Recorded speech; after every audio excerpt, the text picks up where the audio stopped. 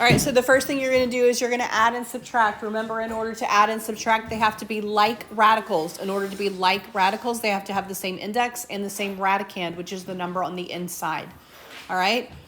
So when you first look at it, if they're not alike, you can't do anything at that point as far as adding and subtracting, but you do need to see if they will simplify.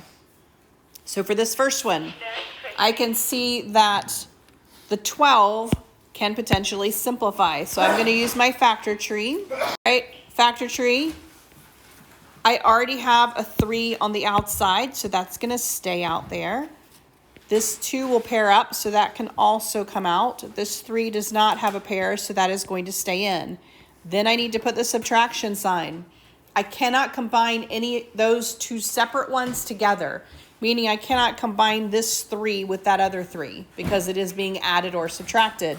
This 3 square root of 3 is as simple as it gets. I can't do anything else with that.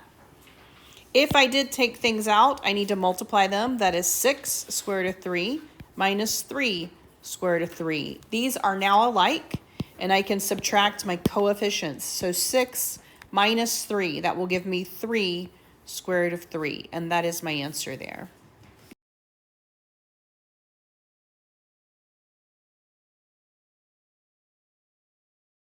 So look at number 7. Initially, they don't look like they are like terms, so I am going to start first by simplifying each one of them. So I'm going to look at the 20, 2 and 10, 2 and 5, all right? Which means I already had a 2 on the outside. I can take a 2 out. The 5 will stay in. I do have a minus sign here, so I'm going to subtract. Then I'm going to look at the next group. I already have a 2 on the outside, so that's going to stay on the outside. Then I'm going to factor 5 and 9, 3 and 3. A 3 can come out, so that's going to be multiplied here. The 5 will stay in, so that's going to stay there. I have another subtraction sign. I need to put that there. I also have a 2 that's already on the outside. That's going to stay out there. And then my 20 should factor the same. 2 and 10, 2 and 5. I have a 2 that will come out. And I have a 5 that will stay in. Everything that came out, I'm going to multiply. 2 and 2 give me a 4. Square root of 5. Minus 2 times 3 gives me a 6 square root of 5. Minus 2 times 2 gives me a 4 square root of 5. So you can see that these are now all like terms, and I can just subtract across. 4 minus 6 minus 4, that's actually going to be negative 6 square root of 5.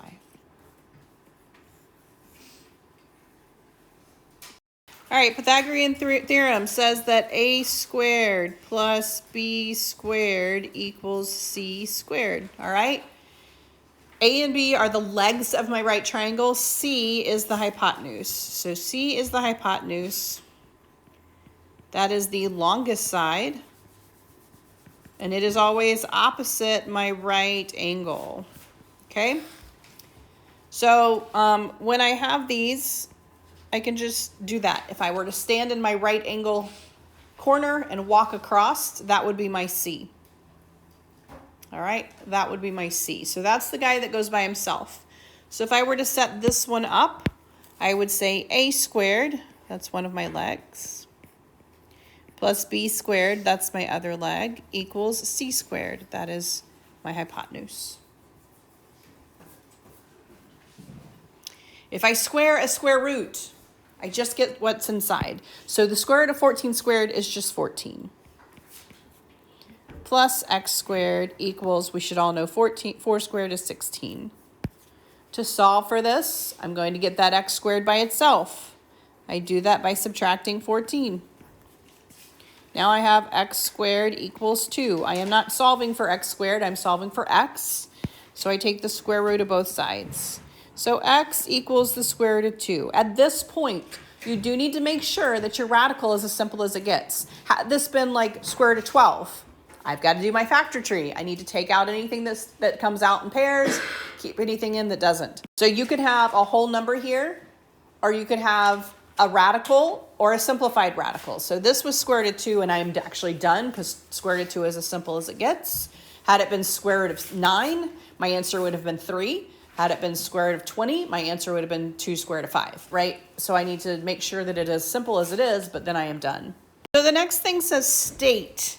State to see if these are right triangles. So if they are right triangles, then a squared plus b squared should equal c squared. If it does not, it is not a right triangle.